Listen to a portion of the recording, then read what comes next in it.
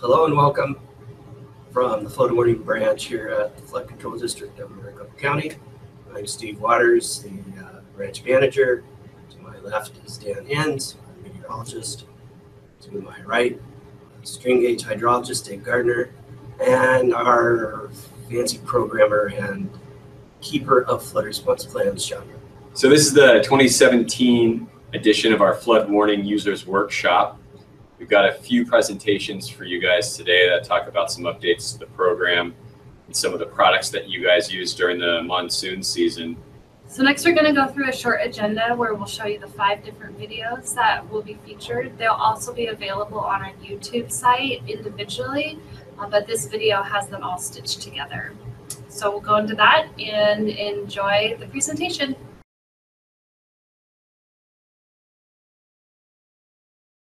Hello, my name is Chandra Miller and I work in the Flood Warning Branch at the Flood Control District of Maricopa County. Today I'm going to be talking about our flood warning program and the South Mountain Laveen Flood Response Plan.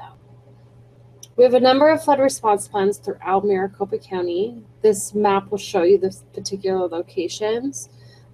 The South Mountain Laveen is located in South Phoenix. The flood response plans are established for local jurisdictions or particular watersheds, and they rely on support from flood control and National Weather Service. The flood response plans are just one part of our flood warning program. Here's a map of the general location of the flood response plan. You can see it's separated into 2 zones, the west zone and the east zone. There's also an online map, which is used by the emergency responders. You can click on the particular zone or any of the rain gauges and get additional information. We installed 4 new gauges within this area because of flood response plan. There's Mineral Canyon Basin, Rozier Road at 23rd Avenue, Baseline Road at 43rd Avenue, and Dobbins Road at 19th Avenue. The plan components include 4 things. The first thing is flood detection and prediction messages. Will trigger the alert protocol for a yellow flood condition, orange flood condition, or a red flood condition. Here's a map that's showing the particular flood conditions. You see the orange color is larger than the red, and then the red is larger area than the orange. The yellow flood condition is used to denote a situation that causes a higher degree of readiness than normally present. An orange condition is greater than yellow, but poses little immediate threat to life and or property. And then the red condition is used to signify that hazardous conditions are imminent or occurring, and it denotes a greater sense of danger, urgency. So these particular flood conditions, the coloring of them and the explanation of them, we work specifically with the City of Phoenix Emergency Management and Street Transportation and City Police. And together we came up with an agreement that this is how they wanted their plan to look. After particular flood conditions are met, there's always actions required and the identified potential trouble areas. These are all located in flowcharts within the flood response plans. There's also critical times. We always look at the average daily traffic counts and the road crossings. We use the Flow 2D 100-year 6-hour floodplain cross sections to get the discharge values and the stage values for the particular road crossings that were vulnerable to flooding. There's a MCDOT flooded roadway program that had 2 crossings in it that MCDOT responds to instead of the minor and major road crossings. Most of those are for the City of Phoenix. We also look at the structures and identify any structures that may be in jeopardy. We look at the FEMA regulated floodplains, but also since there aren't a lot of floodplains identified within this location, we looked at previous complaints that were filed with Flood Control District or the city that had any type of flooding related complaint. So with the flooded related complaints, if you look at that map, you can see the diamonds. We took the locations of the diamonds and kind of honed in on the subdivisions that were particularly vulnerable for flooding in extreme rain conditions. This is what the online map looks like, and you have all of the different layers on it. It's another way of looking at it. If you don't have the plan, this was made for the emergency responders that are in the field, kind of a one-stop shop for all of the information. And we'll show you the vulnerable road crossing locations. If you click on them, you can get the name and additional information. And it also shows the zone. So if you get if the emergency responders for the city of Phoenix get an orange alert notification, then they can turn on this orange flood condition zone, and they would know what particular subdivisions to look at, what road crossings may be in trouble. And then you can also overlay the Flow 2D data on here, which is nice because it shows you a maximum depth. And again, that was the 100-year 6-hour rainfall event. So there's lots of information for the city of Phoenix. All right, to wrap things up, I want to show you where to get to the flood response plans online. You're going to want to go to the Flood Control District website, and all of the flood response plans are under the Custom Products, Maps, and Plans page. So if you click on these links, it will give you the online version of the flood response plan. Thank you for listening to the presentation, and please always feel free to contact me if you have any questions about the plans. Thank you. Hello, my name is Chandra Miller, and I work in the flood warning branch at the Flood Control District of Maricopa County. I am going to be talking about the Alert Interactive Data Display Map. The links to the map are on this slide. Our alert network has over 390 stations. From 2006 to present, we have added 38 alert stations. And you can notice that the station ID is a 5-digit number instead of the legacy 4-digit Alert 1 station ID number. You can also see that I've highlighted Phoenix and Mesa. Over the last year and a half, we've partnered with a couple of the cities. We have intergovernmental agreements. They buy the alert station, and then we take it over and we maintain it and display all of the data. Just real quick, I'm going to touch on rainfall, impoundments, and stream flow. Make sure when you click on the marker, you look at the additional products. The rainfall history documents have been redone into the Excel format, and there's lots of information there. The impoundments have percent capacity on there, but you can also get more information off the current conditions graphic, the impoundment page, and the decision support page. I wanted to touch on the stream flow data. There was a big change last year where the markers will change color. So a normal dry stream will be blue, but as the stage and discharge increase on the stream, the markers are going to change color. So they're going to go from blue to green to orange and then to red. And also if you click on these markers, you're going to see the particular current conditions, decision support also. So here's an example of the markers and how they're going to change color. This particular location I'm showing Powder House Wash and Hassayampa. It's a good example because Powder House Wash is a little wash, has a little tiny watershed, and Hassayampa is a big river. It's the main river coming out of Wickenburg, going south all the way to the I-10. So if you look at the numbers and they weren't color-coded, you would think that the 9,000 CFS was a bigger deal. But in fact, it's not, because Hassayampa River is such a large river. Now, what is a big deal is having 2,300 CFS on Powder House Wash.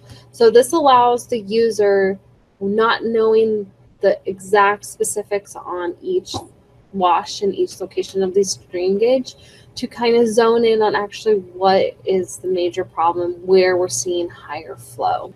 Another great tool is this flash flood potential. You turn it on by going to layers. So what this is doing is it's showing you the areas that have an increased threat level for flash flooding. So we're taking certain aspects into consideration, like how much it has rained and how much is predicted to rain. But these zones are the same as our MSP forecast zones.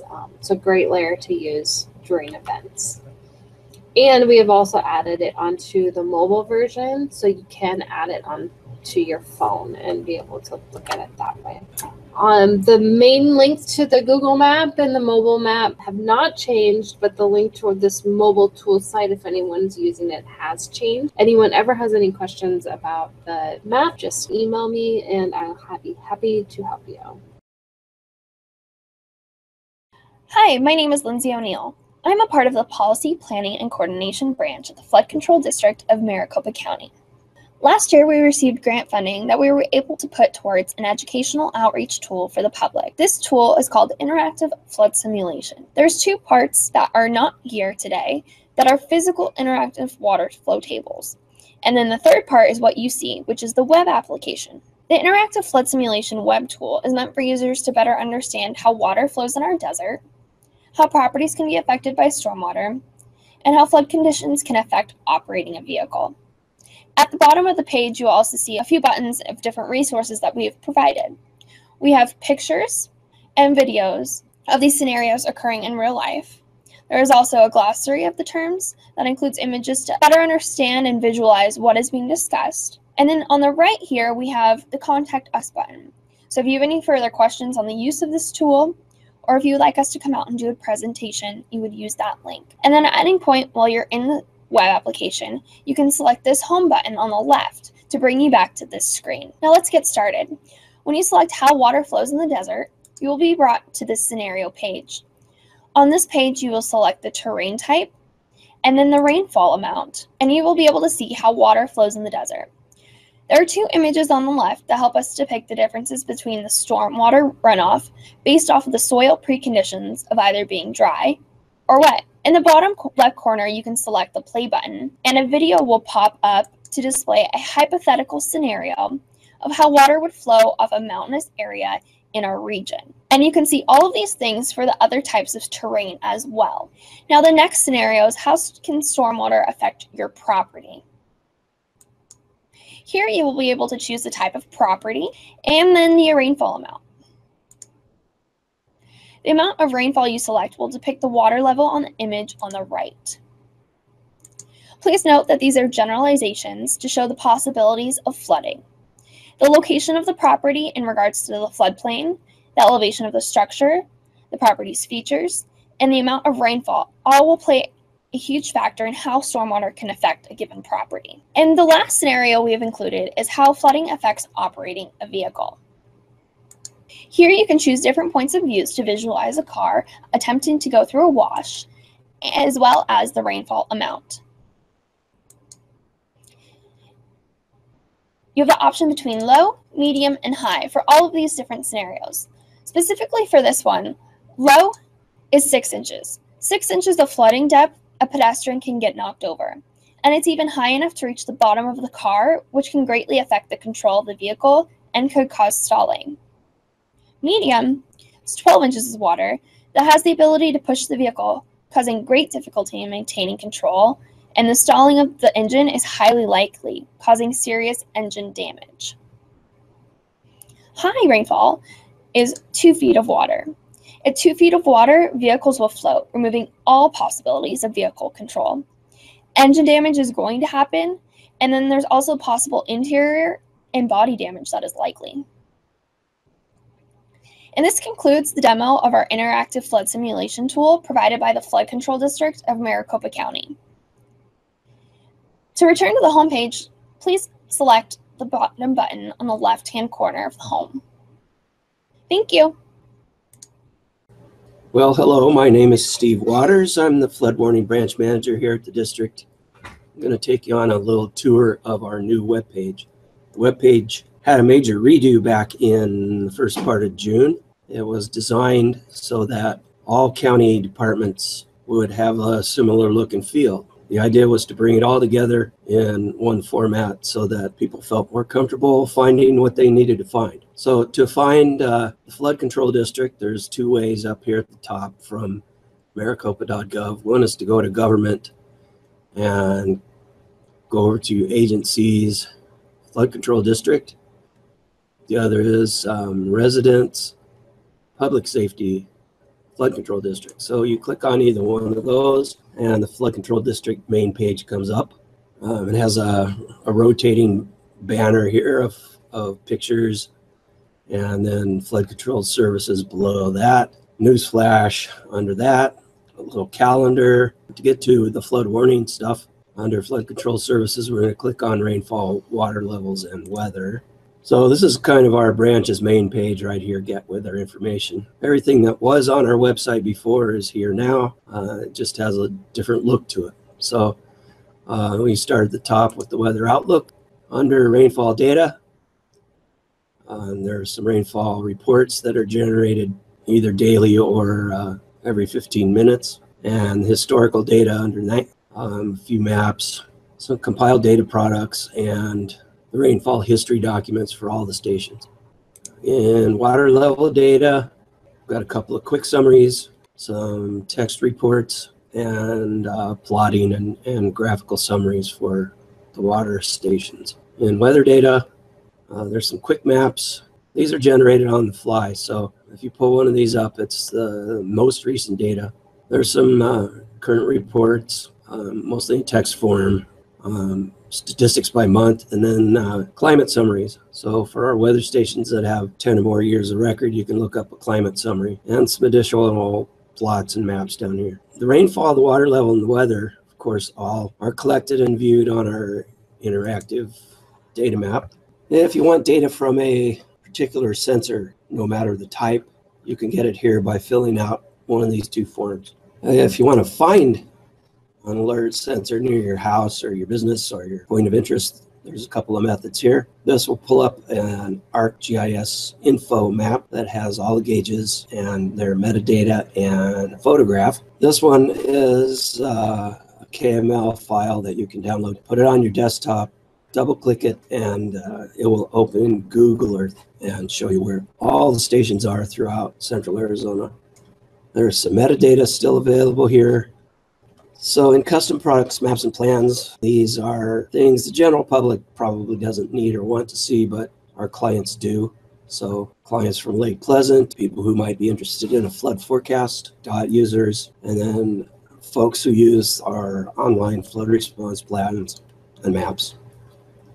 In publications, there's some general publications here that the branch produces. And then for each water year, we have the annual hydrologic data report, volumes 1, 2, and 3. In recent years, we've done the monsoon verification report. And then by water year, if there's a significant storm that we produced a report for, it's in here. We have just a few useful rainfall and weather links. And lastly, our disclaimer.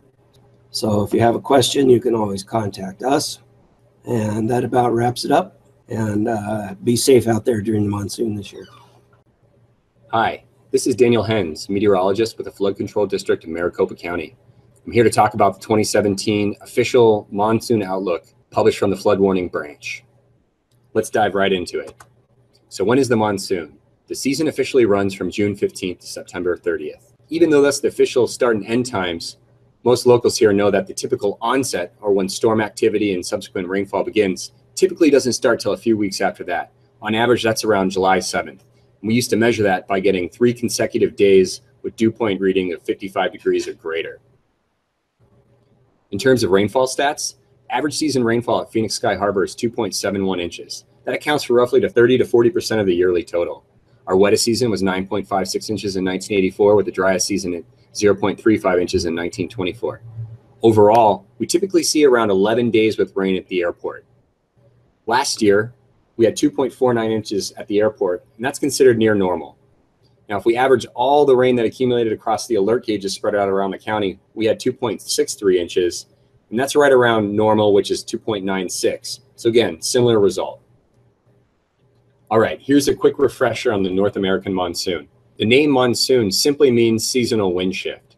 In Arizona here, during the fall, spring, and even over the winter, typically winds flow from the southwest or west to the east or east-northeast. During the monsoon, we get this change where the winds shift out of the south-southeast. The main mechanism behind that is what we call the monsoon ridge, or ridge of high pressure, that slowly moves north during the June and July before centering somewhere in the desert southwest.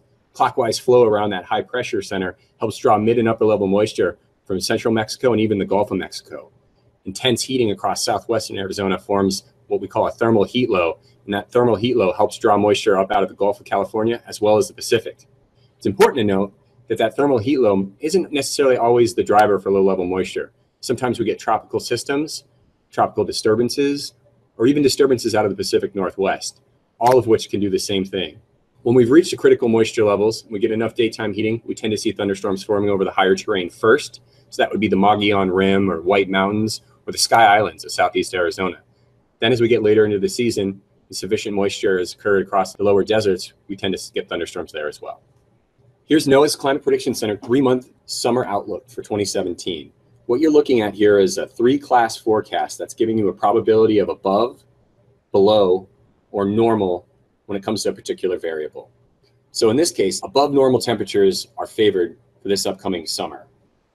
When it comes to precipitation, we're seeing equal chances of above, below, or normal rainfall during the monsoon. Again, this is a 3-month average, so unfortunately it doesn't tell us a whole lot about what to expect on any given month, week, or even day. So let's delve a little bit deeper here. What's going on with ENSO, or the El Nino Southern Oscillation? Well, currently it's in its neutral phase. If you look at the image on the top right, you'll see sea surface temperature anomalies across the equatorial Pacific. The warmer colors, so the yellows, oranges, and reds, represent above normal sea surface temperatures, and the blues represent below normal sea surface temperatures. And again, if we look across the equatorial Pacific, where I have my cursor here, we can see in general, we're right around normal, and this is representative of the neutral phase. Now, if you look at the image in the bottom right, this is our consensus forecast from the folks over at CPC. And they're saying that neutral conditions are favored into this upcoming summer, fall, and even winter, with a slight chance of possible weak El Nino forming. Ultimately, the ENSO climate signal is much weaker in the summertime, meaning that other weather drivers are much more important when it comes to rainfall. To emphasize this a little bit more, let's take a look at the typical precipitation distribution for Climate Division 96.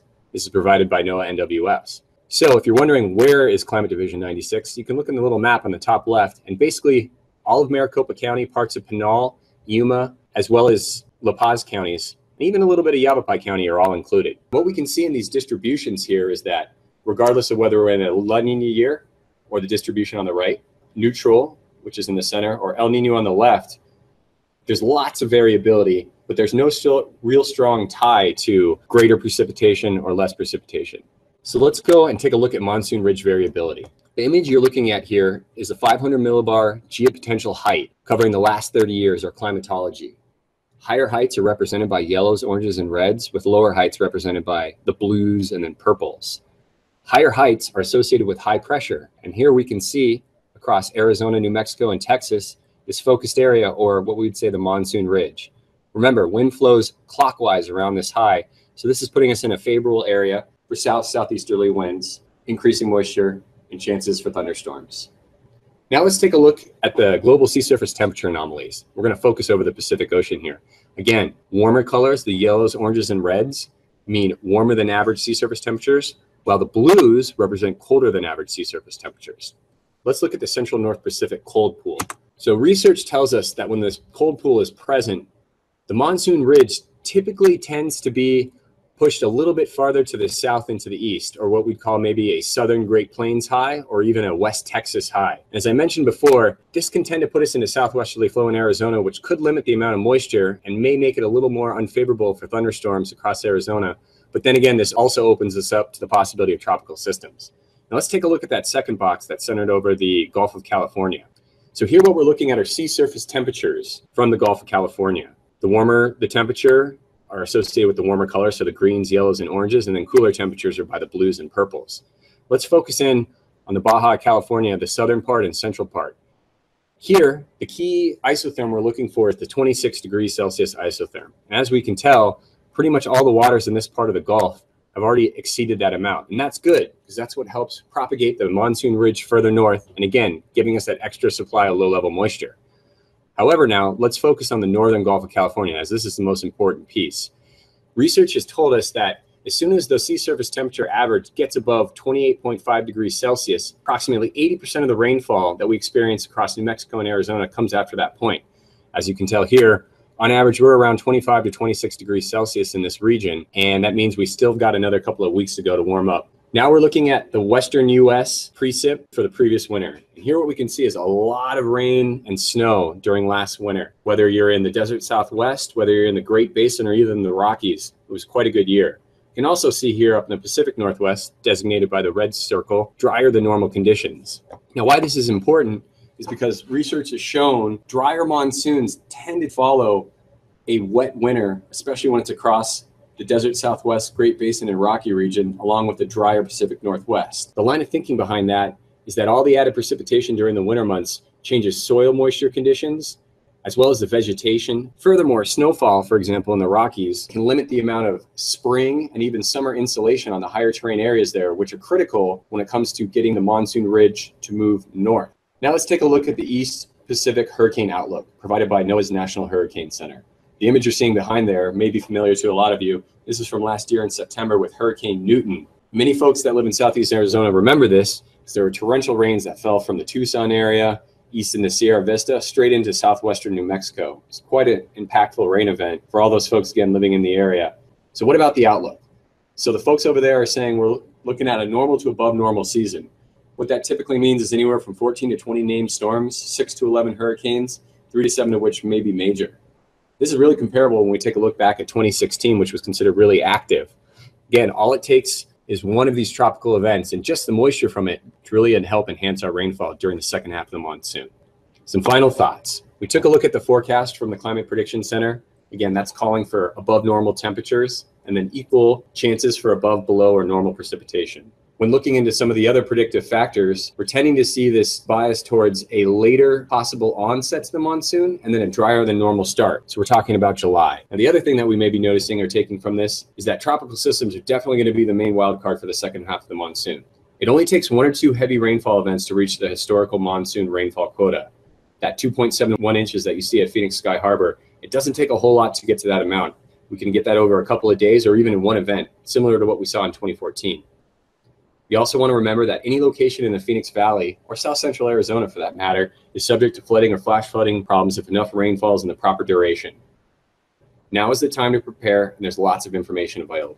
I want to take one quick moment just to state that even though we're calling for maybe a late and drier start to the monsoon, we will still have daily thunderstorm issues, things that we typically see every monsoon season.